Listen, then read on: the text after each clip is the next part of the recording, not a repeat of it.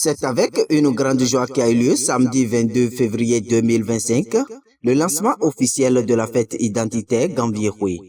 Cette première étape consiste à lancer le païen de la dite fête. À l'entame, des chants trompettes au rythme de la fanfare ont accompagné le débarquement de l'embarcadère Calavi Tokpa vers la place publique Sokom.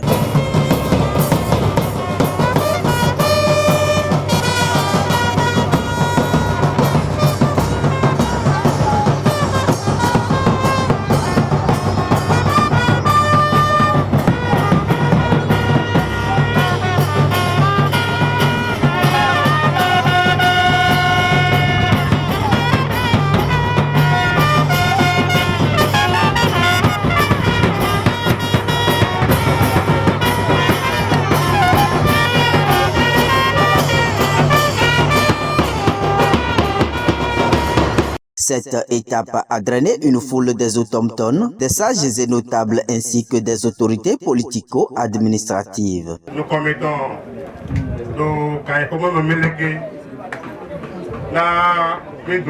sommes en vomitant de Bombaï, Gambiéroué Tondi, Dienou Konwe, le Dondo Maou, Dondo Emekomondo, Tometile, Wolmolo, Selagido, Eimido, Gambiéroué, Italu, nous pouvons parler de Maou,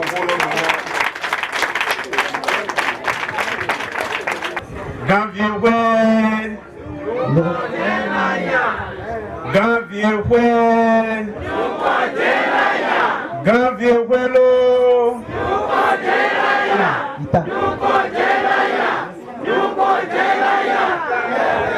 merci.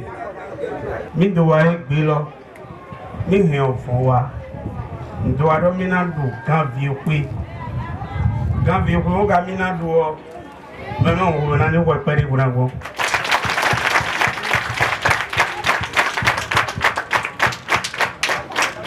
Avant tita mi dona zena kwelolo e abe avant wewe mi kwapera volana gaga e bayro nu wewe na wa mi di me ko le ni ma di bu no maro blu na wa o blu mana to di mewa e jro me ho mo yi gbadi tile ngo jro me ho moro no to mele o blu ma to di me gbere wa. Des prestations artistiques ont agrémenté l'événement.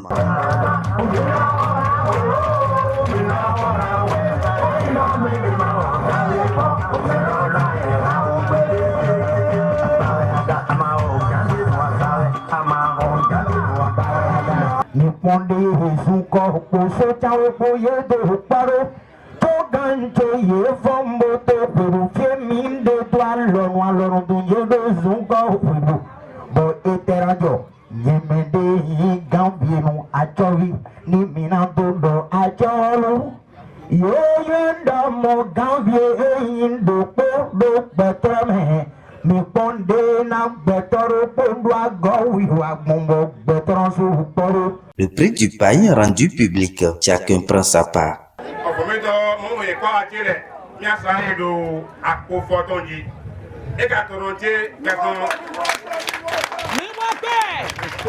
Voilà. Et j'ai, vous t'avez commis ton adétonné de Mérida Rogue, on a encore l'outil, on a pour photon, on est pour, et il en dehors. Avant de dire à pour photon, puis de la vie, il y a 15 000. Puis ton entier, ben, c'est, alors vous t'avez commis de Mérida Rogue, va aller pour alors, puis à pour photon, on est pour ça, à pour photon, on est pour, et il en dehors, il y a 16 000. Merci beaucoup, mais j'ai commis de la Bakulo, Sositon Bay, Chakere Puta, Sositon. Yo Siton Bay Chake, Oton. Emai Bakun Dialewa. Ekami Pilunasa, Emai Mediona Ho, Cariodia Horubuna, Emedio. Merci beaucoup. C'est un événement heureux.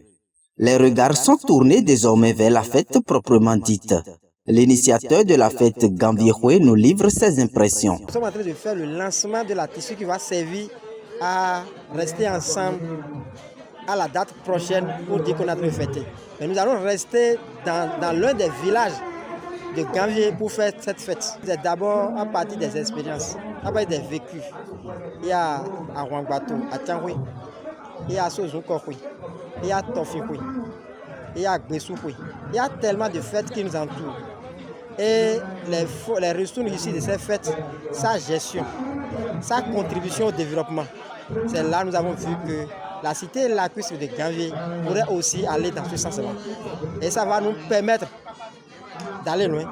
Ça va permettre d'entretenir les infrastructures socio-communautaires que réalisent les différents gouvernements, surtout ce que le gouvernement du président Guillaume Patrice Talon est en train de faire actuellement. Aujourd'hui, c'est d'abord la présence effective des filles et fils de Ganvié. Malgré le retard que nous avons connu, ils sont encore si nombreux, ça montre réellement que les Ganvienous veulent vraiment de les fêtes. Mon appel à la diaspora de Ganvié, c'est de venir qu'ensemble nous allons réussir cette fête. Et nous profitons pour dire à ceux qui se sentent lésés, ceux qui se sentent isolés de revenus, que nous sommes du même père et de même mère. Nous avons le droit de rester ensemble pour construire notre cité.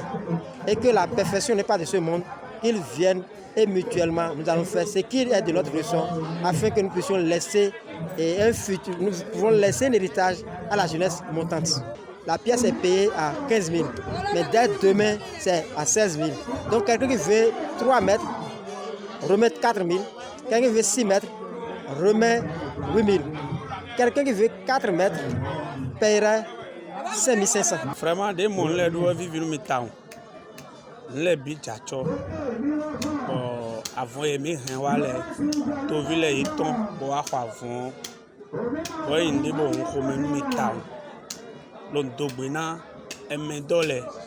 Donc il dit que mini wa kwelo sinu kondo po me homo tolo mele ohosule mele seale délégué conseiller il dit que mini no po ndu kan vi kwelo na ma du ko ni ko gbe gbon wa to le bido dudu amo il dit que na mini du kwelo do kondo po me merci o ko mo du mi le do ba kabi e kwege lo o wala ba kwele nti anwo nu kun to me lo be me ho mo na no ho me lo maga no ho me na kwewa wala papa lo so gaga ton jana ton lo ga wa kwe gbe do mo lo kwe ba kwe gaji me mo be me ho ngo kulo mo lo je ni ko bon kwe to mi ni du kwe pa ya jegbo nu mo zo mi do wa gun to lo ho lo yin.